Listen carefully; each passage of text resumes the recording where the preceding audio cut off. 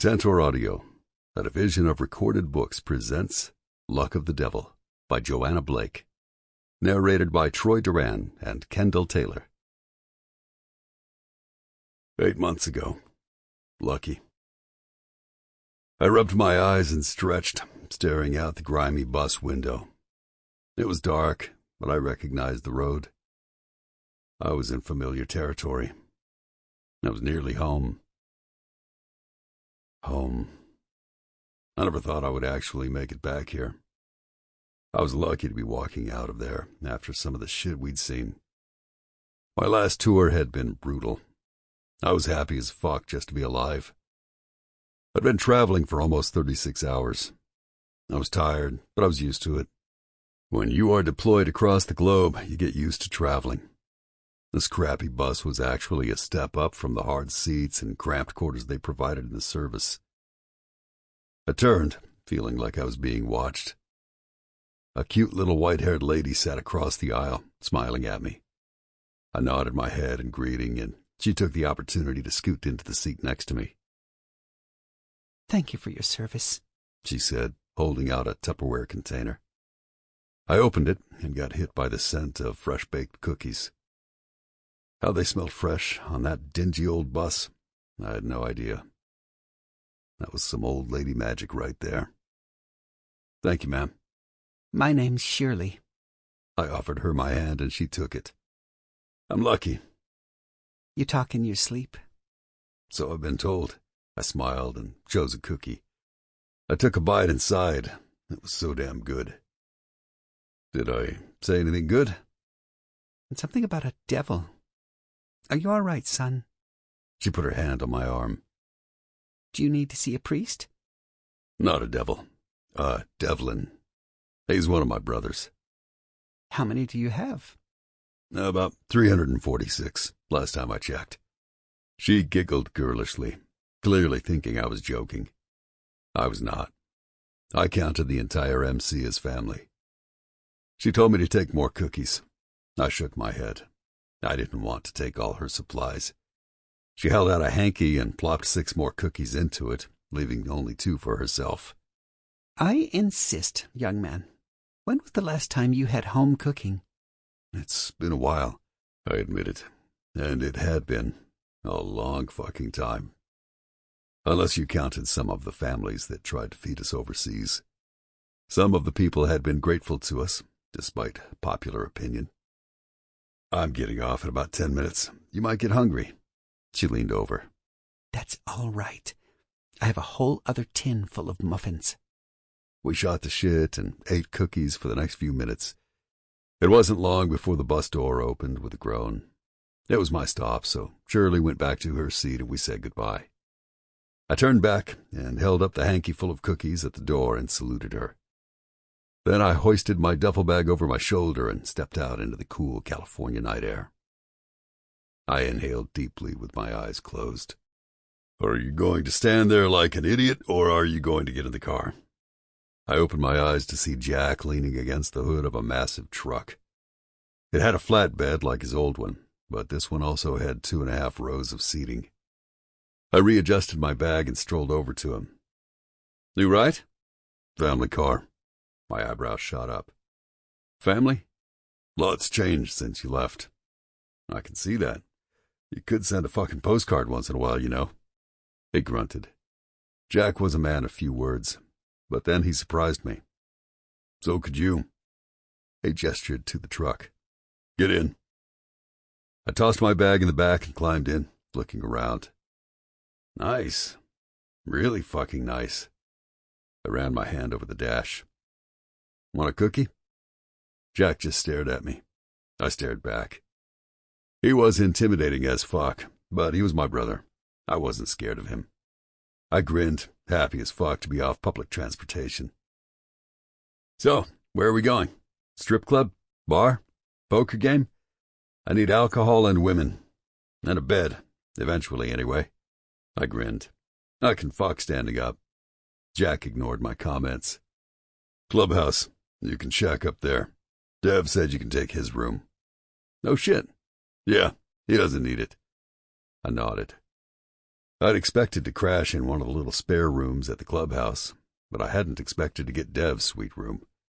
He had his own bathroom and a mini-fridge, not to mention privacy. It was the only room upstairs, far from the stripper poles and pool tables that were usually going until dawn. I had put all my shit in boxes and let my lease expire. My bike was in Jack's shop, and I had a couple of boxes and maybe 2 pieces of furniture in Donnie's barn. Other than that, everything I had was in that beat-up duffel bag in the back of Jack's truck. "Sweet, man. It's good to be back." Jack nodded and started the truck. He turned back to me. I was shocked as the corners of his mouth lifted ever so slightly. Was that a smile? "It's good to have you back, you fucker." Chapter 1. Lucky. "Is that all you got?" I regretted my choice of words a minute later when my head snapped back from the force of the punch. Vincent was getting better at this, I thought, and he wasn't really that mad, I decided. If he was, he'd use his left hand to hit me, the one with the giant gold ring. I was in an alley, getting my ass handed to me by 3 guys. 2 were holding me while the 3rd took pot shots. Not that I couldn't take them. I could. I wasn't struggling even a little bit. But if I beat them up, they wouldn't let me come back to the weekly high-stakes poker game. Not to mention there would be a price on my head. It just wasn't worth it. I loved poker a hell of a lot more than I hated pain. I'd played well tonight. Too well, apparently. But I didn't fuck with the Margarelli family. They let me play, and that was enough for me. Every once in a while they took it out of my hide if I played too well. Hell, at least they let me keep the money. It was well worth a couple of bruises to get a seat at that particular table. I'd made serious bank tonight, so I took my licks without complaining. Plus, I was so fucking drunk I barely felt a thing. Vincent hit me again, and I smiled at him, blood coursing out of my split lip. He stared at me and then shook his head. "It's no fun if you don't struggle." "Sorry, you want me to pretend?" "Just let him go," he said with disgust. "Serves me right for letting a guy named Lucky get a seat at the table." The 2 thugs holding my arms released me abruptly, and I swayed on my feet. I was hammered and a little lightheaded from the pummeling. But it was only 1 a.m. on a Wednesday night, and I had a wad of cash in my pocket. I was ready for more. I grinned and waved at them. "See you next week." They waved me off, rolling their eyes. Yeah. "Where you heading, Lucky?" asked one of the goons. The big one. Joey, I think his name was. Of course, there were about 50 Joeys in the Margarelli crew. "I'm going to the garage." He shook his head. "Sal's not as friendly as Vincent." "I know." Vince was the next in line to run the whole family, along with his brother Antonio. He was affable for a mob boss. Sal was not as high up the food chain, but a much bigger pain in the ass. The man had no morals. He had a nasty temper, too. Vincent and his brother were practically teddy bears next to Sal. They were scary, but they weren't insane. Sal was the kind of guy who looked like he enjoyed killing and kept trophies. I would bet money there was a collection of skin or fingers in his attic. Maybe both. "It's your funeral, jackass." I grinned. "Thanks, I appreciate the concern." I was always polite when dealing with the mafia. As a professional poker player, I came into contact with them a lot. As a Devil's writer, I had a guarantee that they never actually hurt me that bad. Even the mafia didn't want to deal with 350 pissed-off bikers. Plus, I only showed up with bank. They were too smart to turn money away, even if I won more than I lost. So I was welcome at all the underground gambling places in the area, and there were quite a few. The biggest and the best was the garage. It was, you guessed it, in a defunct truck parking bay in the ass end of nowhere, the old industrial part of town that was deserted now. Half of it was owned by the mob. There wasn't much out there. A couple of chop shops and God knows what else. Bodies, probably. Lots of bodies. I pulled out my phone and called Mac. "I need a ride. I'm busy. The place is packed. Get one of the new guys to cover the bar. I'm going to the garage." He groaned and hung up.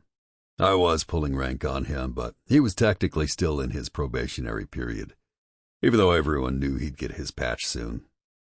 Being related to a core club member was part of that, but not all. Mac was Donahue's cousin, but he was also a really good guy. He always had your back in a fight.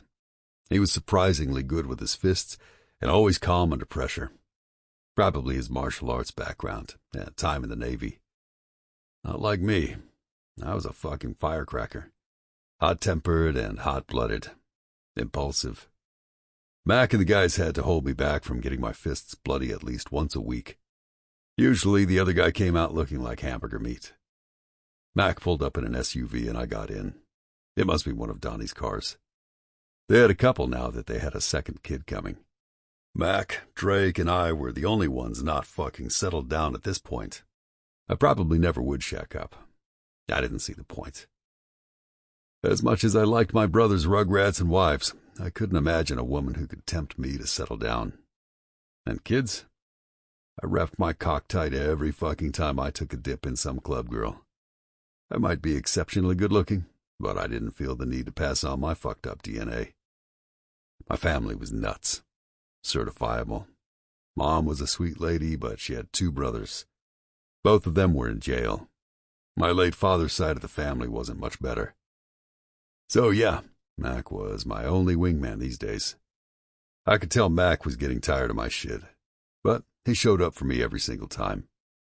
I lit up when I saw that he had brought me gifts. Mac handed me a bottle of vodka and a cold beer without saying a word. I took a swig and leaned back in the seat while he drove me to the outskirts of town. Should I wait? Nah. I took another swig of vodka and climbed out of the car. I'm good. Seriously, Lucky. I don't want to be out of here at dawn, scraping your ass off the pavement. I'll be careful, I promise. I held my hand up to salute him. I'd get a ride or walk it off. It was only about an hour back to town and south to the clubhouse, if you didn't get lost. But Mac was right to worry. It was true, the roads back here were dangerous, and not just because people drove fast in the middle of nowhere. It was the degenerates around here who were the real threat, especially if anyone figured out how much cash I had on me. I finished the beer and belched as loud as possible, knowing it would annoy Mac. Don't walk it again. But it's so good for my girlish figure. I posed for him, but Mac wasn't amused. Who are you going to get a ride from? Maybe I'll call Drake. Drake was the best of the latest crop of recruits. I'd done my best to haze him with the rest, but he didn't even fucking blink. I liked that about the fucker. Plus, he worked construction, so he was always up early and, therefore, always available to pick my sorry ass up on the flip side. Mac shook his head. You are a jackass, you know that? Affirmative. He started the car and pulled out. I turned and headed for the secret entrance to the garage. I knew I had about a 50-50 chance of getting my ass handed to me again. The mob had eyes on me, and like I said, I was really fucking good at poker. I played online too, but I preferred to play in the flesh. I was a skilled player, but that wasn't what gave me an edge. About 50% of my luck was not giving a shit. The other half was balls. Big, hairy ones. I adjusted myself and took the stairs up to the loading dock that served as an entrance. 3 knocks and a grate opened the door. A beefy, altogether too familiar face peeked back at me. Oh, it's you. Joey? I hazarded a guess, figuring I had a 50-50 chance. He looked just like the other Joey, maybe a little older, with gray hair at his temples. Joey's my cousin, you fuck. I'm Paulie. I was tempted to make a smart remark, but I heard the welcoming sound of the lock being thrown and the creak of the heavy metal door being opened up. I'd heard that when someone really pissed them off, they'd put your hand in that door and slammed it shut. More than once, sometimes. Even I was not up for that kind of pain. Not voluntarily, anyway. What you got there? I held up the vodka and he stared, deciding if he would let me keep it. In the end, he just shrugged and waved me in. I walked down the short hallway with metal walls and into the garage. It was huge. Not airplane hangar huge, but close. Big-ass trucks level huge. And in the center of the room there were a bunch of tables. Not shitty ones either, even though this place was kind of a dive. These were old-school gambling tables, looking like they came straight out of 1950s Vegas. In fact, that's probably where they were from. Dealers stood inside each table, and all of them were women. They all wore a black dress and high heels, with a gold belt around their waists. The uniform might be the same, but it looked vastly different on every woman in there. A bunch of older ladies wore looser versions of the same outfit. Every single one of them related to Joey and Polly, judging from the look of them, not to mention the matching mustaches. Then there was the talent. Sexy younger ladies, many of them with shorter, tighter uniforms that were otherwise identical. I was 100% sure that they were retired strippers, considering the mob ran those places too. I was also sure they made better tips at this place, all without having to put on a G-string. All these transient thoughts slipped through my drunken mind as I scanned the room, looking for the best table. I preferred to choose tables with mob guys, not sad-sack gambling addicts who were here to get fleeced and run home to double down on their mortgages and raid their children's college funds. The smell of their desperation was fucking depressing. Also, the mob guys always had more cash and better game. But all that fell away the moment I saw her. She was impossible to miss. The lighting was dim in there, but I knew a hot prospect when I saw one. Long legs, long hair, and an hourglass figure. Her posture was almost too good, making her look like she was all business, which I highly doubted was the case. Not in a place like this, anyway. Her table was packed, not surprisingly, with a crowd waiting to take a turn. I wondered if she put out if you won big enough. I certainly fucking hoped so. I definitely was going to find out. I swaggered closer, thinking my night was about to get 1,000% better. I stopped about 10 feet away, standing like a dumb fuck in the center of the room. I had been so focused on the insane curves on the girl that I'd failed to look at her face. What I saw stopped me dead in my tracks. She's a fucking angel. Her face was perfect. Literally perfect, like she had been sculpted out of marble. She had high cheekbones and full, perfectly shaped lips, an adorable fucking nose that turned up just the tiniest bit at the end. A heart-shaped face, and when she looked up, massive eyes of an indeterminate color. Gray, I thought, or a blue so cool it was gray. There was no way that girl was actually standing in this room dealing cards. She belonged on a movie screen, magazine covers, in fucking heaven with the rest of the angels. Fuck, she belonged in my bed. Not just for one night either. I wanted her on lockdown. For a fucking knockout like her, I could actually see the appeal of sticking with one chick.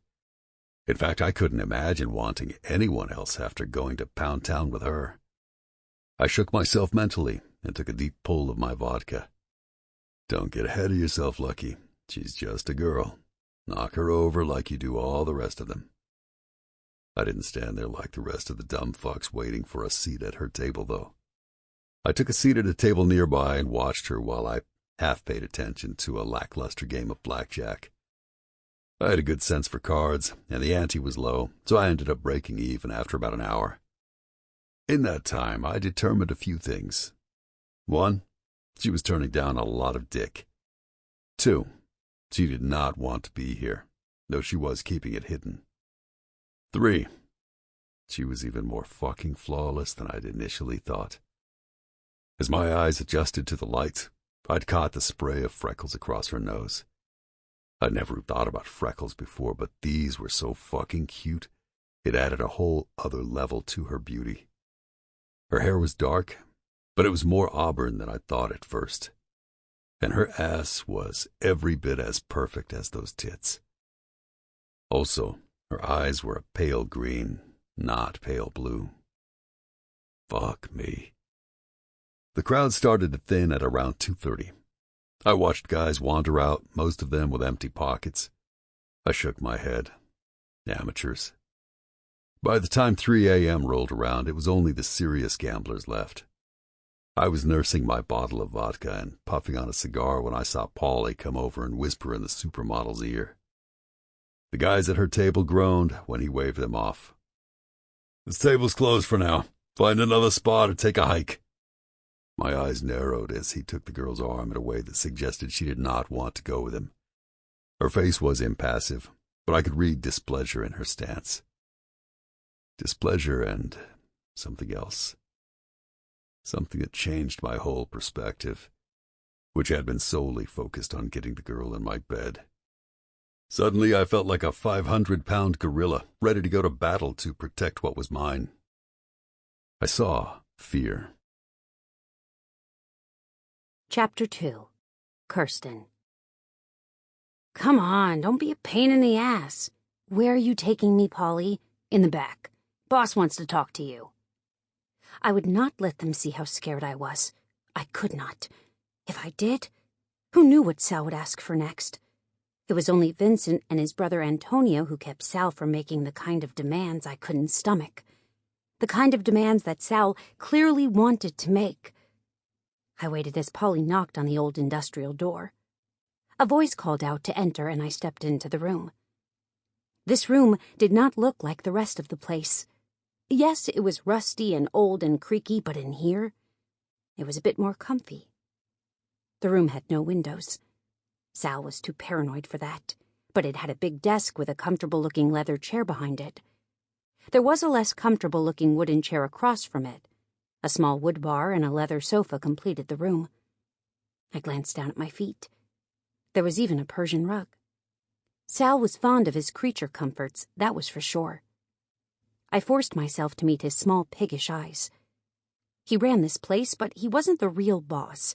That was Vincent Sr., although he was poised to step down. His two sons ran the day-to-day operations. Sal answered to them. Which was the only reason he hadn't forced himself on me yet.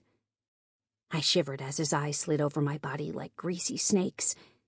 He had a different girl in here every night from what I could tell, but he always made sure to get a good look at me before he took them in the back. "Come in, Charisse. Sit down." He gestured to the couch, but I ignored him, perching on the hard wooden chair.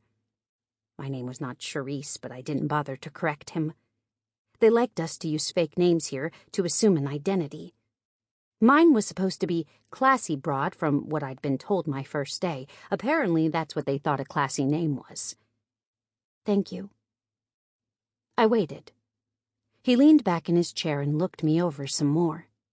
I clenched my hands and forced a tight smile. "People are winning at your table. A lot. Lots of high rollers." I didn't say a word. "It's a catch-22 for me. You bring in a lot of repeat customers, but you also pay out too much." "I don't cheat, if that's what you were saying." "You misunderstood me, sweetheart." He gave me an oily smile. "We want you to cheat, just in our favor." He made an expansive hand gesture, and I noticed his jewelry. He was covered in it. Necklace, bracelet, rings, it all looked like real gold.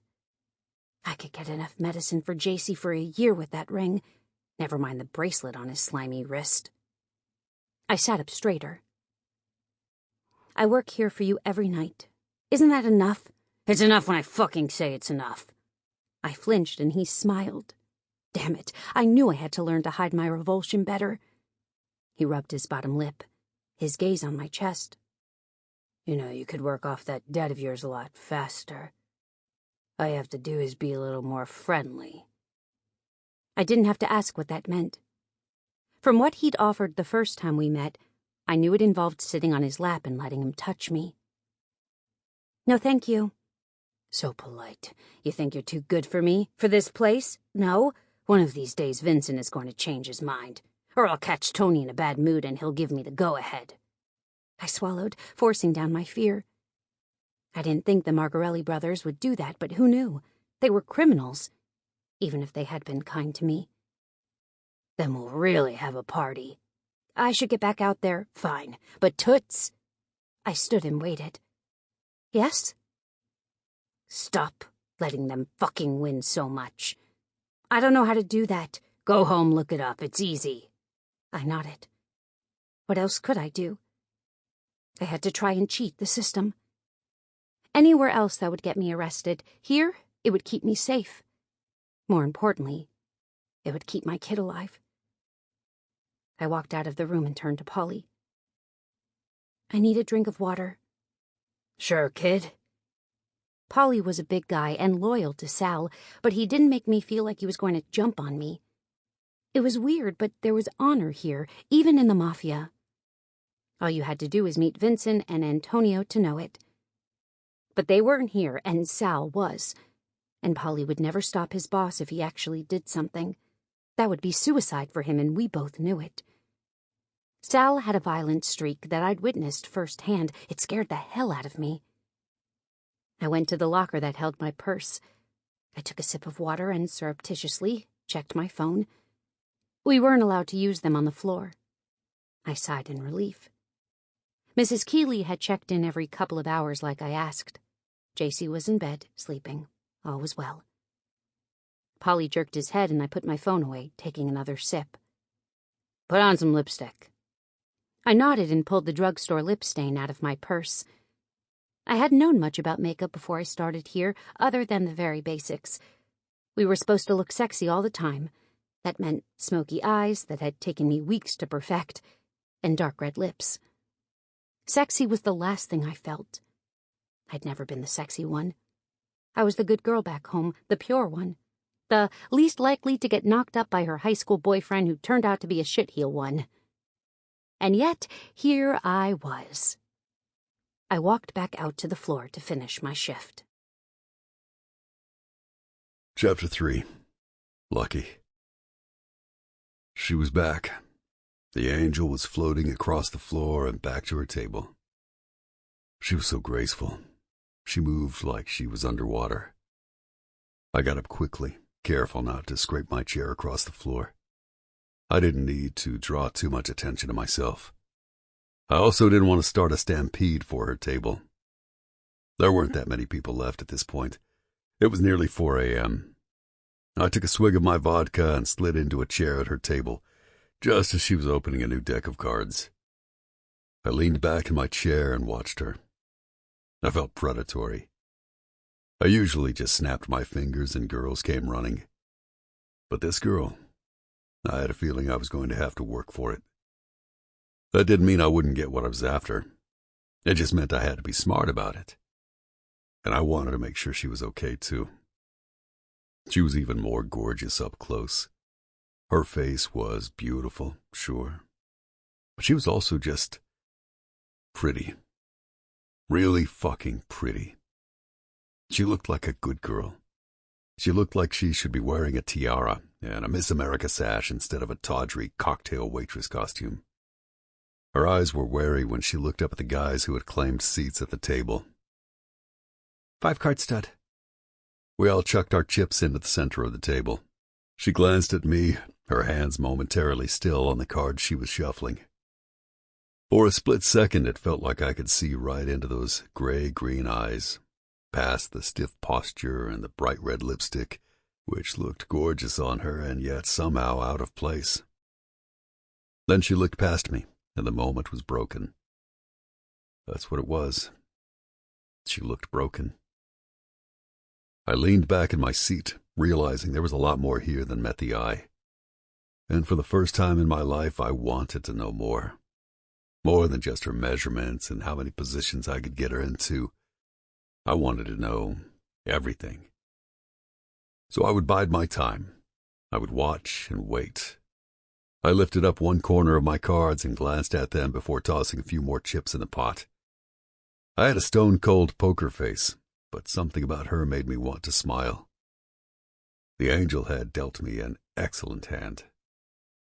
The gambling was not fast and furious at this point in the night, but there was still a sense of excitement. It was not even the money or the cards. It was her. We were all showing off for her, performing. Her beauty lent another level to the high-stakes nature of the game. Almost as if we believed if we played well enough, we'd get a shot at winning her. I felt it humming through my veins. The night wore on. Sample complete. Ready to continue?